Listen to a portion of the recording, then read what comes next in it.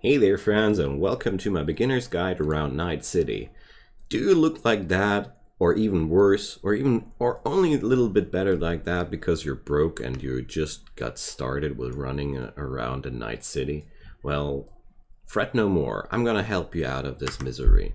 So this guide is all aimed around the idea of you being new to Night City and struggling around how to earn your money and how to understand to enjoy the open world feeling of this game. Because when I was new here in Night City, I gotta admit, it struck me down how massive the game looked like at the first glance. I mean, this is Night City in its entirety, so that's just the whole open world we can traverse through, and yeah, it's pretty difficult to know where to jump in and start having fun. At least for me it was like this, and this video wants to change exactly that. So your map screen is your friend, and if you don't know where you want to start with this game, I strongly recommend you to just play through the storyline until you're done with the first big heist.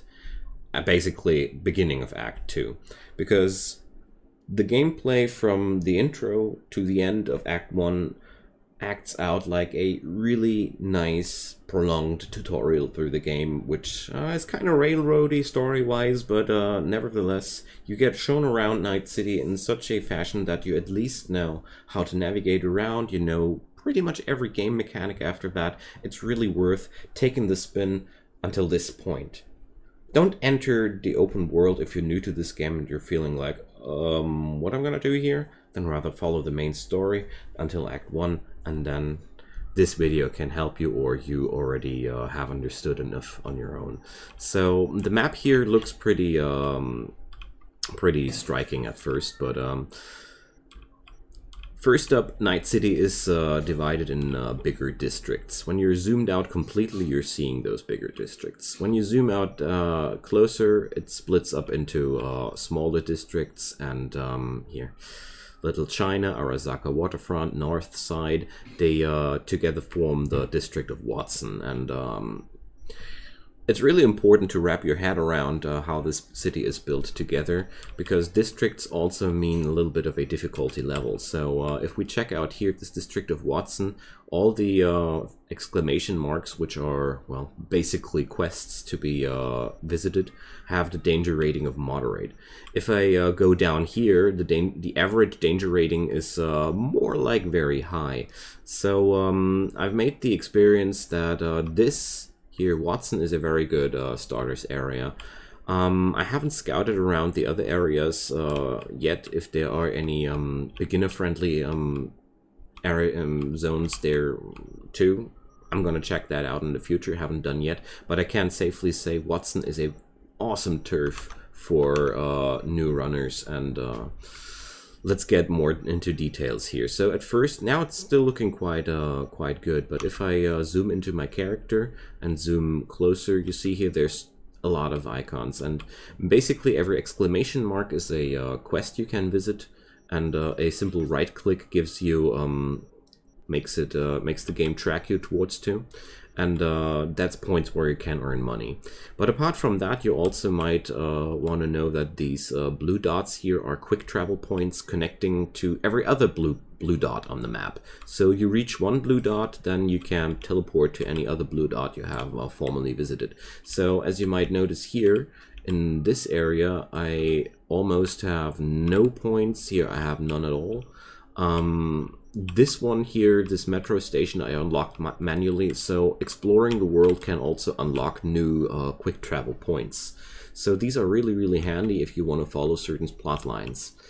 And apart from quests, there's another thing which is really cool to grind up your character, earn money, or even find clues. That's all these cyan colored tags, like this spiked club or the skull. That's all NCPD work. You basically get there, you get close enough to the perpetrators, and then you enter a hostile zone and you can shoot them over without any consequences, and you can loot the whole place, and therefore really good zones to earn some money and earn some experience, because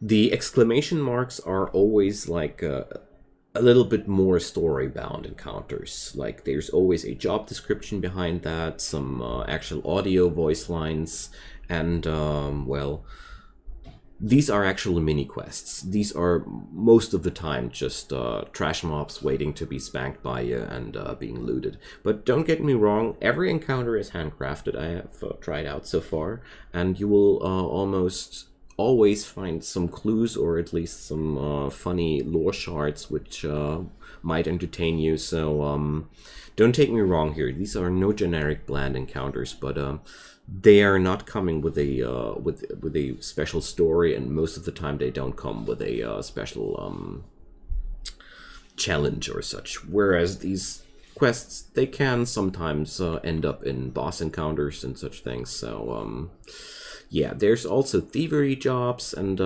everything yellow basically is a quest, and everything cyan is well, a kill quest, a fetch quest, a reported crime. It's safe to say that whenever you go towards such a cyan mark, you'll, okay, those tarot cards are something else, you'll find something easy to fight down and to loot, which is really good if you just want to grind money. So apart from that, there's shops. Noteworthy things are these drop points here. These are the spots where you can sell your stuff.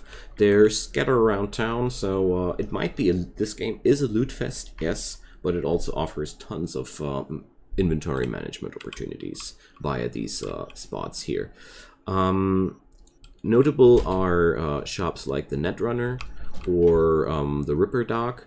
So the Netrunner gives you hacking equipment, the Ripper Dock gives you cybernetic implants, the clothing shop, well, obviously armor, and the weapon shop, I don't think I need to explain that further. Food is, well, consumables are a thing in this game, and med points, well, safe to say, I think you get the idea.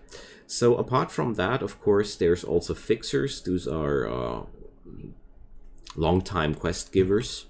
So people you're gonna work with more often, and yeah, I think I covered up now all the things I wanted to cover up. Yeah, there's also bars and such things, and this map doesn't show you everything you can encounter in Night City, but it's a very, very useful tool to navigate around town and find some place to play and grind up some eddies to spend them for some new ride, for some new equip. It's really fun to go that way. And wherever you wanna go to, a simple right click does the trick. One thing I want to point out, as you see here, you can mark these minor encounters and a quest at the same time, but the encounters and the these are mutually exclusive, and so are the shops. So quest markers are something special. You can use that for navigational issues. Alrighty, so apart from that, well, you're pretty sure everybody knows that you can call your car with pressing V, but I just wanted to drop that as a last note. So pressing X gives you a legend here. So for the last few pretty obvious things, those tooltips are very good and self-explanatory. But I felt like the first time when I wanted to play around with Night City, I felt pretty overwhelmed with everything. And I hope if you felt the same, I hope you're not feeling this like this anymore. Oh yeah, one last word. You see here, every area is controlled by certain gangs, so that mainly means you're gonna meet a certain enemy type there. So if you notice any particular strengths or weaknesses, or if you have any particular dislikes, you can change the area of action as soon as you want to. Keep in mind the danger ratings are easy to understand, moderate is easily doable, and well, the rest is just up to you, how much of a thrill seeker you are. Alrighty, I hope that was helpful. Leave me a comment down below if you have questions, or a like, or even a subscribe if you want to give me some support. I'd be deeply appreciating that. See you soon, friends, and goodbye.